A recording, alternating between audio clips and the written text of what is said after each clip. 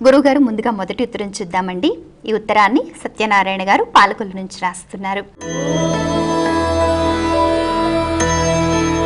శివుడికి అభిషేకం ఎందుకు ప్రీతిపాత్రం తెలియచేయనంటూ కోరుతున్నారు. శివ శివేతి శివేతి శివేతి వా భవ భవేతి భవేతి భవేతి వా హరా హరేతి హరేతి వా భజ మనశివమేవ నిరంతరం. హర హర మహాదేవ. మహాశివరాత్రి పర్వదినం. అభిషేక ప్రియ శివ అన్నారు. సూర్యుడు నమస్కార ప్రియుడు, విష్ణుమూర్తి అలంకార ప్రియుడు, సాక్షాత్తు పరమేశ్వరుడు అభిషేక ప్రియుడు.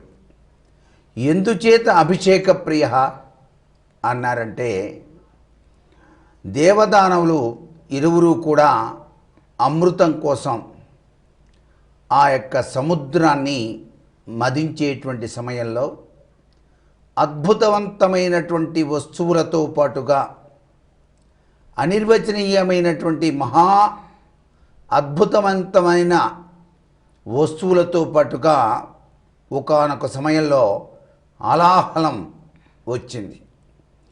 ఈ ఆలాహలాన్ని చూచి దేవతలందరూ కూడా పారిపోతున్నారు.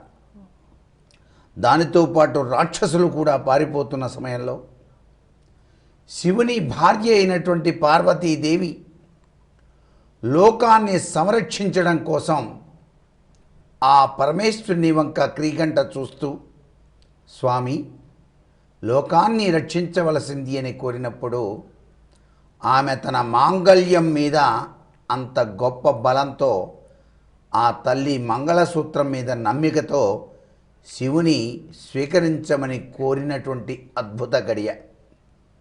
పరమేశ్వరుడు చిరునవ్వుతో ఆలాహలాన్ని తన చేతిలోకి తీసుకొని మారేడుకాయల నేరేడు పండుల చిన్న నేరేడు పండులా చేసి ఆయన స్వీకరించాడు. ఆలాహలాన్ని తన గొంతులో అలాగే ఉంచుకున్నాడు. అప్పటి నుంచి ఆయన నీలలోహితుడు అయ్యాడు. ఈ ఆలాహలం అనేటువంటిది చాలా అగ్నితత్వానికి నిదర్శనం. విషం కదండి.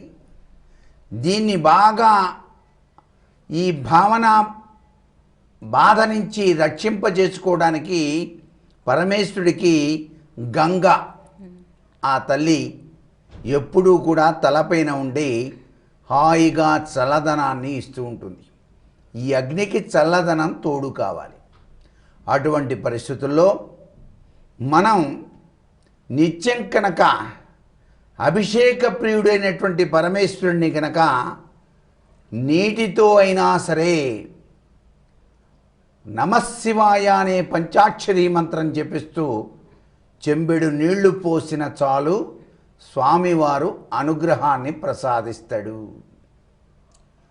ఈ దృశ్యమాన జగత్తులోని ప్రతి వస్తువు కూడా ఏనాటికైనా సరే శ్మశానంలో బూడిదే.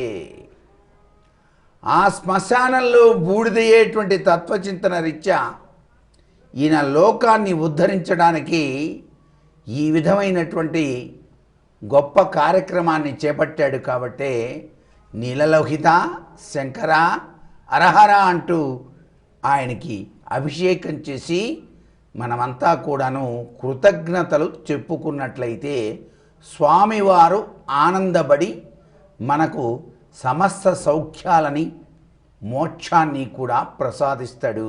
అందుకే అభిషేక ప్రియ శివ అన్నారు.